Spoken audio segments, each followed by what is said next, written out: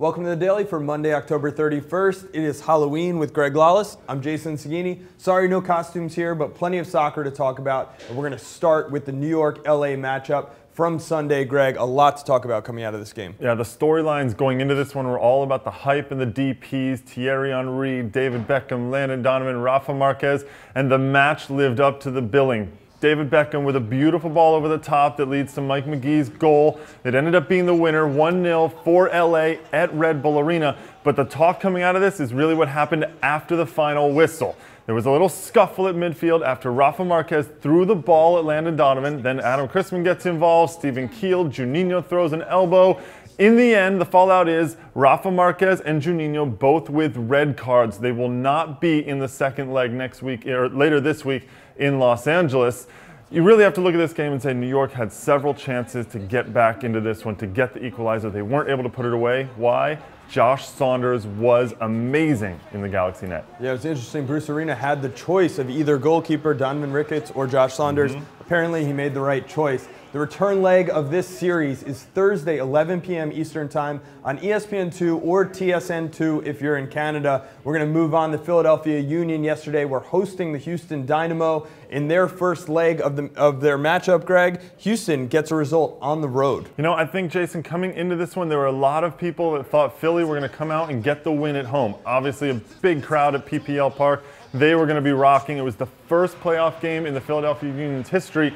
And then it just didn't happen. Houston came out and played their game. Set pieces, big guys crashing the net, and then Kalen Carr, the speedy little guy, also able to do some damage up top as well. They get a 2-1 victory at PPL Park. It sets them up beautifully to go back to Robertson and finish off this series pretty cleanly. Yeah, second leg of this one, Thursday, 8:30 p.m. Eastern Time, ESPN2 and also TSN2 in Canada. Moving on, another road victory. Kansas City over the Colorado Rapids. 2-0. This was 3 for 3 on Sunday for the road team. Yeah, pretty amazing. And a complete performance, I think, from Sporting Kansas City. Teal Bunbury with the goals.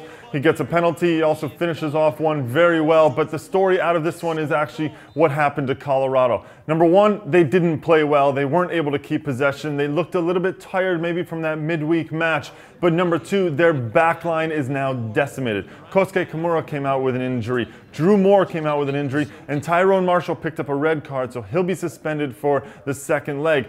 We're sitting here now thinking, who's going to start in the back for Colorado in that second leg against Sporting when they go back to Kansas City, where, of course, at Livestrong, Kansas City, very, very difficult to get a result. And that game at Livestrong will be Wednesday night, 8 p.m. Eastern Time on Fox Soccer Channel and also on TSN2 in Canada. The other game was Saturday night. This might have been the most comprehensive victory we've ever seen in the first-round playoff game. You know, Jason, there were some question marks about Real Salt Lake coming into the playoffs. Well, you can erase those question marks now because they looked phenomenal. On the other side, the Seattle Sounders did not look good at all. They weren't able to get anything going. They were missing Mauro Rosales' ability to unlock defenses and even just to hold the ball. For some reason, the Sounders looked nervous and they weren't able to hold the ball. RSL took advantage. Saborio with 2 goals, including that incredible back heel flick that he finished off. So a terrific result for Salt Lake going up to Seattle. Many people believe it was that Ned Grabavoy goal, the third goal in that matchup, which wrapped up the series for Real Salt Lake. Yeah, and Jason, some of the Seattle fans can take heart in that in 2003, the San Jose Earthquakes overcame a 4-goal deficit against the LA Galaxy. So it has been done before. And they only had 77 minutes to do that, not 90 minutes. You can see the return leg of that series Wednesday night, 10 p.m. Eastern Time on ESPN2 and TSN2 in Canada. And one more note, Extra Time Radio with our friend Alexi Lawless will be out later today. You can get it on iTunes or Buzzsprout.